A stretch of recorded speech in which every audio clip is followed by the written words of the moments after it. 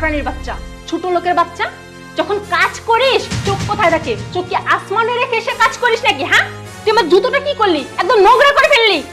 Madam, আসলে আমি দেখতে পারি নাই, আপনি হঠাৎ করে পাড়ে এখানে রাখলেন তো, সেই জন্য আমার এই নেকড়াটা লেগে গেছে। হয়েছে হয়েছে, আর অজুহাত দেখাতে হবে না।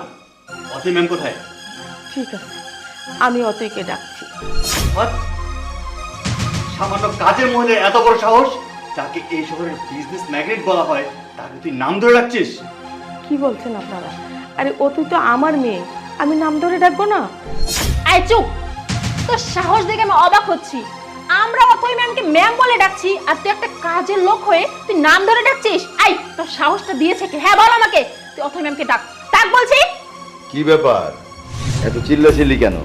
দেখো না, এই ছেলে এই মেয়ে আমাদের বাসায় এসে অতিকে খুঁজছে।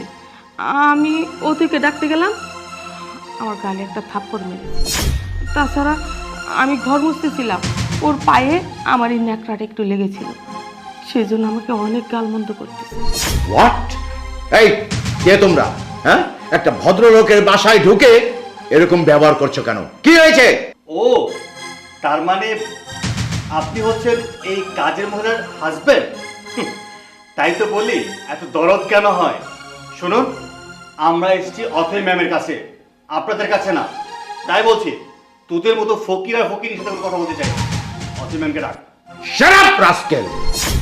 কার সাথে কিভাবে ব্যবহার করতে হয় তোমাদের ফ্যামিলি থেকে সেই শিক্ষাটা দেয়নি?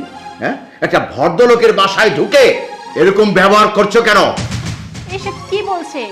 আমার মনে হয় কি এরা নাটক শুরু করেছে। এই দেখেন, আপনাদের মতো ছোট লোকদের সাথে না কথা বলার কোনো ইন্টারেস্ট আমাদের নেই। আমরা একটা কাজে এসে, ইম্পর্টেন্ট কাজ। আপনি অথই ম্যামকে ডাকেন। ডাকতে হবে না, আমি চলে এসেছি।